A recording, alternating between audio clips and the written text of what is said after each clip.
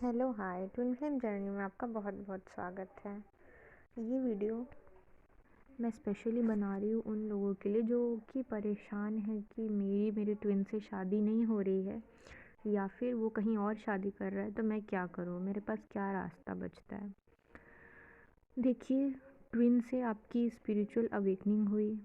अब ऐसा इसमें दो केसेस होते हैं, या फिर ऐसा होता है कि आपके ट्विन के साथ आपका ऐसा कनेक्शन होगा कि आप बातचीत करके as a friend talking terms में भी रह सकते हो, क्योंकि आपको इसमें सिखाया जाता है अनकंडीशनल प्यार। वो इसलिए सिखाया जाता है कि वो किसी और के साथ भी रहे तो भी आपको उसको प्यार करना है। ये अभी आपको समझ में नहीं आएगा क्योंकि आप अभी बहुत पेन से गुजर रहे हो, क्योंकि उसने किसी और से शादी करके आपका ये ब्लॉग बताया है कि मैंने किसी और को चुना अपने लिए।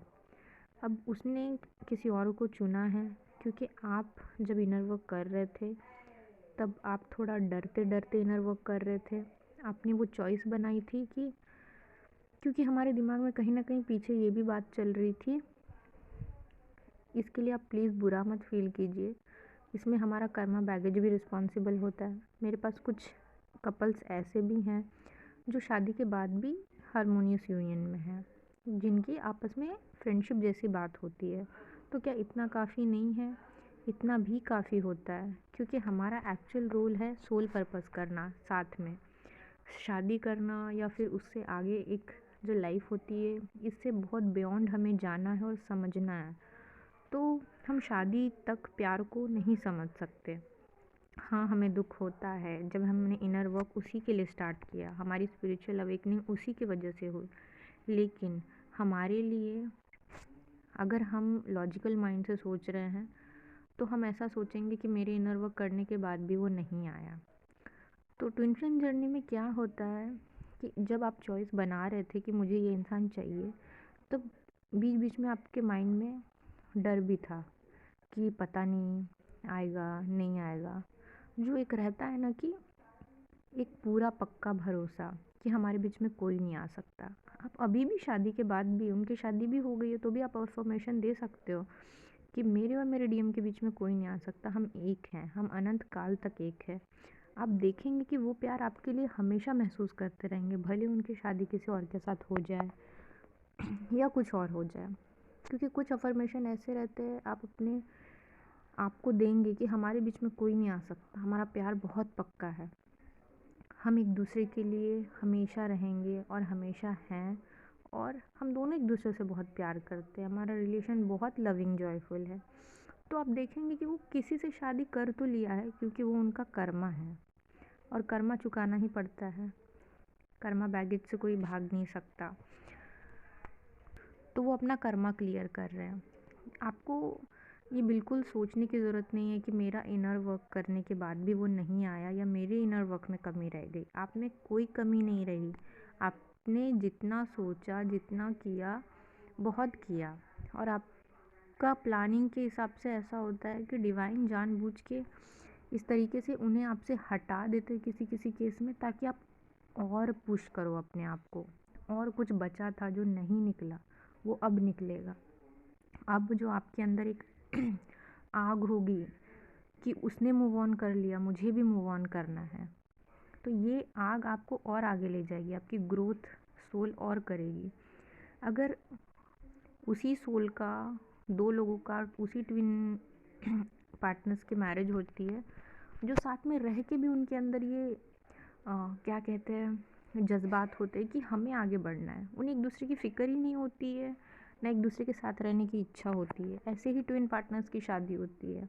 आप ऐसा मत समझो कि ट्विन पार्टनर्स, बहुत रेयर ट्विन पार्टनर्स होते हैं जिनकी शादी होती है, बहुत कम है इस अर्थ पे। सिर्फ उनकी ही होती है जिन्हें एक दूसरे से कोई फ़र्क नहीं पड़ता। मेरे डीएम कहाँ है, कहाँ कर रहे हैं, मैं कभी उनसे नहीं पूछती हूँ, वो किधर जा रहे हैं नहीं पता, बस हम टेलीपैथिकली कनेक्ट करते हैं, बस इतना ही रोल रहता है, और हम अपने सोल पर्पस में पूरे मगन रहते हैं। यही एक ट्विन की लाइफ होती है। अगर आप में ये हिम्मत होगी तो आपको आपका ट्विन मिलता, लेकिन आपके अंदर अभी भी वो हिम्मत नहीं है कि आप ये सारी चीज़ें झेल सको, बर्दाश्त कर सको, क्योंकि शादी के बाद भी काफ़ी सारी चीज़ें रहती है ट्विन फ्लेम्स में। वो डिवाइन मस्कुलाइन है, वो वैसे ही रहते हैं मस्त मौला अपनी ज़िंदगी में, कहाँ जाना क्या करना। हाँ, उन्हें बैलेंस करना आपके हाथ में है, आप उन्हें एजुकेट कीजिए। तो आप प्लीज़ बिल्कुल मत पछताइए कि उसकी शादी कहीं और हो गई है, मैं क्या करूँ।